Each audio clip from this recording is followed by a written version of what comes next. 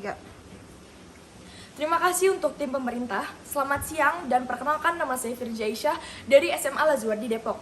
Di kesempatan kali ini, saya akan menjawab mosi dari Dewan ini akan mewajibkan orang tua untuk mengikuti tes kelayakan sebagai syarat memiliki anak.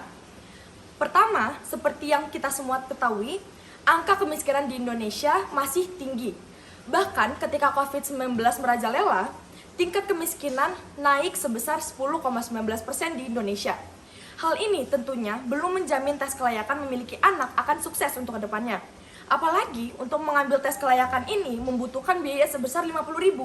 Apakah pemerintah yakin dengan biaya sebesar itu masyarakat akan tertarik untuk mengambil tes ini? Mengulang kembali data yang telah saya paparkan sebelumnya, kemiskinan di Indonesia masih relevan tinggi. Dan masyarakat tentunya akan lebih memilih untuk mengeluarkan uangnya untuk kebutuhan pokok mereka. Ditambah lagi pendidikan di Indonesia yang belum merata. Bukankah itu menjadi salah satu faktor negatif bagi daerah yang belum memiliki kualitas pendidikan yang setara? Apakah pemerintah mampu untuk menyamaratakan ketersediaan tes ini di setiap daerah Indonesia? Kedua, tes kelayakan memiliki anak belum tentu relevan karena hasilnya yang objektif meruntut kepada referensi yang diberikan.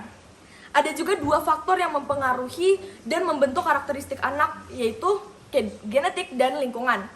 Menurut penelitian dari Queensland Brain Institute dan VU University of Amsterdam menemukan bahwa 49% karakteristik dari anak terbentuk dari genetik orang tua dan 51%-nya dipengaruhi oleh lingkungan.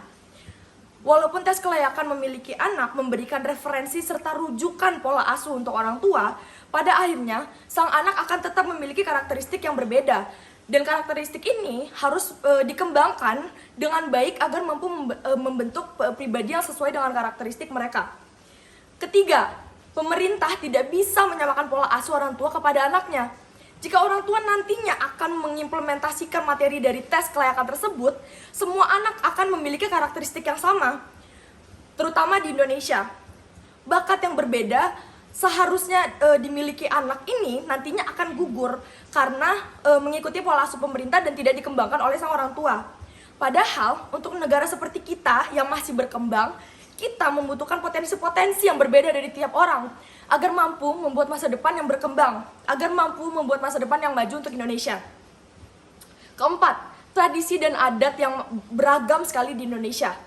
Mayoritas masyarakat Indonesia cenderung masih memiliki ikatan serta kepercayaan yang erat terhadap adat dan tradisi dari daerah mereka masing-masing.